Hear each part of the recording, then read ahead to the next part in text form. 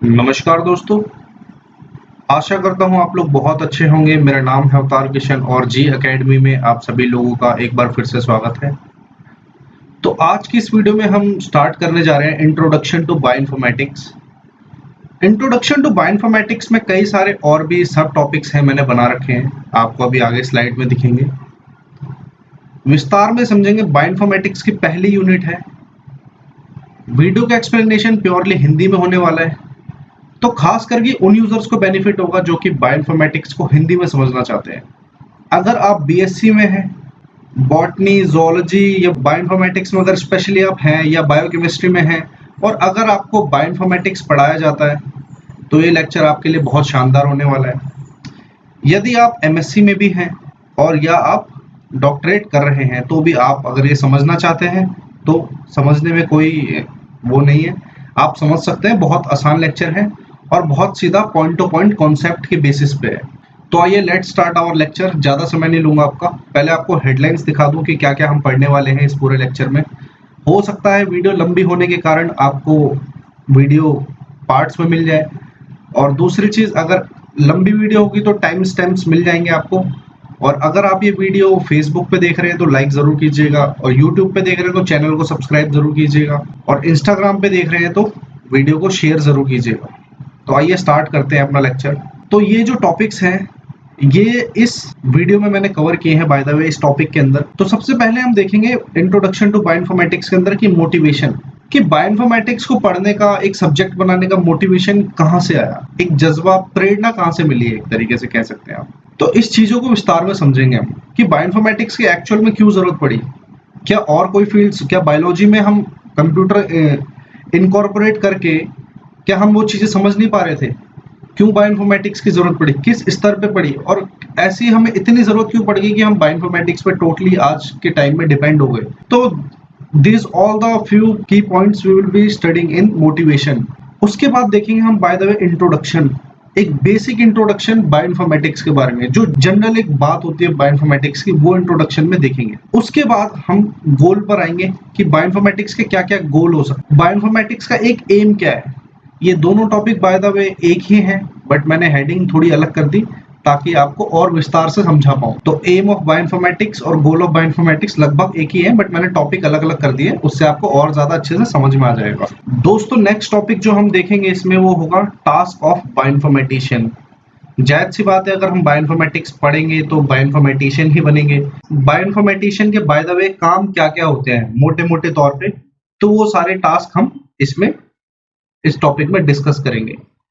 उसके बाद ऐसे कौन कौन से रिसर्च एरियाज हैं जो कि बायोइन्फॉर्मेटिक्स में बहुत यूजफुल हैं, जैसे कि प्रोटियोमिक्स में, लिपिडियोमिक्स में, इम्यूनो इन्फॉर्मेटिक्स, कीमो इन्फॉर्मेटिक्स, ऐसी बहुत सारी चीजों के बारे में हम पढ़ेंगे। जीनोमिक्स, प्रोटियोमिक्स, ठीक है।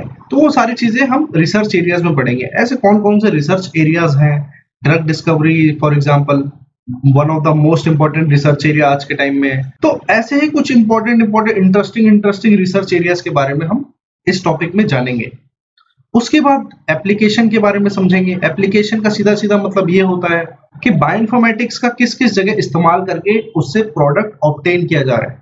तो वो सारी चीजें हम एप्लीकेशन में देखेंगे। अलग अलग चीजों की, अलग अलग बैक्टीरिया को किस तरीके से, बायो वेपन का इस्तेमाल किया जाता है किस तरीके से। उसके बाद देखेंगे लिमिटेशन। दोस्तों, किसी चीज के अगर फायदे होते हैं तो उसके नुकसान भी होते हैं। तो बायोइन्फॉर्मेटिक्स ऐसी कौन कौन सी जगह पे लिमिट कर जाती है, कौन कौन सी जगह पे नहीं काम कर पाती। कहने का सीधा सीधा मतलब ये है, बायोइन्फॉर्मेटिक्स ऐसी कौन कौन सी जगह पे एक्यूरेसी अच्छी नहीं दे पाती, उस जगह बायोइन्फॉर्मेटिक्स का इस्तेमाल करना एक तरीके से बेकार ही है। तो ये सारी चीजें हम इस टोटल पूरी वीडियो में जानेंगे। तो दोस्तों, अब हम समझते हैं मोटिवेशन, कि बायोलॉजी से बायोइन्फॉर्मेटिक्स एक्चुअली में कैसे बना, बायोइन्फॉर्मेटिक्स को प्रेरणा कहाँ से मिली। तो वो चीज समझते हैं विस्तार में। उससे पहले हमें कुछ चीजें समझनी पड़ेगी। बेसिक कॉन्सेप्ट है ये, कॉमन सेंस वाली बात है। डे बाय डे हमारी लैब से क्या हो रहा है, एनॉर्मस अमाउंट ऑफ डेटा क्या हो रहा है, प्रोड्यूस हो रहा है। चाहे वो हमारी बायोलॉजी लैब हो, या बायोकेमिस्ट्री की लैब हो, जोलॉजी की लैब हो, बॉटनी की लैब हो, लाइफ साइंस की हो, या बायोलॉजिकल साइंस की लैब हो, कोई भी बायोलॉजिकल लैब हो, उसमें दिन प्रतिदिन इतनी रिसर्च होती है कि बहुत सारा tons and tons of amount of data क्या होता है, प्रोड्यूस होता है। तो massive amount of biological data bioinformatics की बात करें तो बायोलॉजिकल डेटा की ही बात हो रही है, ठीक है। Is being produced at an enormous rate, at an enormous या हाई रेट। तो भाई दिन प्रतिदिन हमारी जो बायोलॉजिकल लैब्स हैं उनमें से tons and tons of amount of data क्या हो रहा है, प्रोड्यूस हो रहा है डे बाय डे, प्रतिदिन। अब उसके बाद समस्या क्या आई, उसके बाद इस डेटा को मैनेज करने की समस्या आई। मतलब एक तरीके से क्या बन गया था, ये चैलेंज बन गया था बायोलॉजिस्ट्स के लिए। तो managing and interpreting this biological data was a great challenge for biologists that are working in various fields, अलग अलग डोमेन में जो काम कर रहे हैं। तो वेरियस फील्ड्स, कोई कैंसर पे काम कर रहा है, कोई प्रोटियोमिक्स में काम कर रहा है, कोई जीनोमिक्स में काम कर रहा है, तो ऐसे एन नंबर ऑफ फील्ड्स हैं। क्लियर। तो अब दूसरी समस्या क्या आई, इन सारे डेटा को मैनेज कैसे करा जाए और इनमें से यूजफुल इंफॉर्मेशन इंटरप्रेट कैसे की जाए। आई बात समझ में। ये क्या बन चुका था, ग्रेट चैलेंज बन चुका था, एक चुनौती बन चुकी थी हमारे बायोलॉजिस्ट्स के लिए, हमारे साइंटिस्ट्स के लिए। उसके बाद क्या हुआ, इसी समस्या को सुलझाने के लिए हमने जनरली क्या यूज करा, कंप्यूटर्स का इस्तेमाल किया for managing this biological data. Machines are used. Machines अगर मैं बोलूं तो सीधा सीधा समझ जाना, कंप्यूटर्स आर यूज्ड। कंप्यूटर किस लिए इस्तेमाल किए गए थे, टू गैदर मतलब इकट्ठा करना इंफॉर्मेशन एक जगह पे proper, store, analyse and integrate biological information. इसका मतलब ये हुआ कि जितना भी डेटा ये मैनेज करना था, इस डेटा को मैनेज करने के लिए हमने क्या करा, मशीन्स का यूज किया। Machines specially computers, super computers, इन सब चीजों का यूज किया हमने। किस लिए, टू गैदर, एक जगह पे इंफॉर्मेशन को कलेक्ट करने के लिए, फिर उसको क्या करा, स्टोर करा, फिर उसमें से प्रॉपर इंफॉर्मेशन एनालाइज करी, उस डेटा को भी एनालाइज किया एक तरीके से, फिर डेटा को क्या करा, इंटीग्रेट करा। मतलब इसका समझते हैं। अब आपको मान लो कोई टॉपिक पढ़ना है, अब आप क्या करेंगे, हो सकता है आप एक बुक उठाएं, एक बुक में से आपके कॉन्सेप्ट क्लियर ना हो, तो अब फिर क्या करेंगे, बुक सेकंड पे जाएंगे, फिर दूसरे में भी मान लो आपको क्या हुआ, इंफॉर्मेशन और अच्छी नहीं मिली, तो आप क्या करेंगे, तीसरी बुक पढ़ेंगे। तो ये एक तरीके से क्या हो जाएगा, बहुत ज्यादा क्या हो जाएगा, टाइम कंज्यूमिंग भी हो जाएगा, पहली बात तो ये। दूसरी चीज, इसमें आपका टाइम वेस्ट भी होगा। तीसरी चीज कि आपको एक चीज के लिए मल्टीपल बुक्स पढ़नी पड़ेंगी, है ना। लेकिन बायोइन्फॉर्मेटिक्स का जो रोल हुआ यहाँ पे, इन डेटा को जब मैनेज किया गया, तो इन सब चीजों का ध्यान रखते हुए किया गया। मान लीजिए आप कोई इंफॉर्मेशन पढ़ रहे हैं बायोलॉजिकल से रिलेटेड, बायोलॉजिकल ऑब्जेक्ट से रिलेटेड, मान लो जीन से रिलेटेड कोई आप इंफॉर्मेशन पढ़ रहे हैं, तो आपको इस इंफॉर्मेशन में आपको एक ही पेज पे सारी डिटेल मिल जाएंगी। जैसे जिस तरीके से आप गूगल सर्च करते हैं ना, गूगल सर्च, तो आपको क्या होता है, एक पेज पे सारी इंफॉर्मेशन मिल जाएगी, और उस पर अलग अलग क्या होता है, जब रिजल्ट्स आते हैं तो लिंक होती है अलग अलग। तो जब आप पढ़ रहे होंगे इन इंफॉर्मेशन को, तो इसमें क्या होगी, किसी इस पर्टिकुलर जीन के बारे में सारी डिटेल्स होंगी। सारी डिटेल्स मतलब एक ही पेज पे सारी डिटेल्स होंगी, और कुछ लिंक्स होंगी जहां पे आप क्लिक करेंगे तो नेक्स्ट पेज पे चले जाएंगे, बिल्कुल एक बुक की तरह। इन्हीं सब चीजों को ध्यान में रखते हुए इस चीज को बनाया गया। इसी को बोलते हैं तरीके से क्या, इंटीग्रेट। इंटीग्रेट मतलब क्रॉस रिफरेंसिंग करना डेटा की।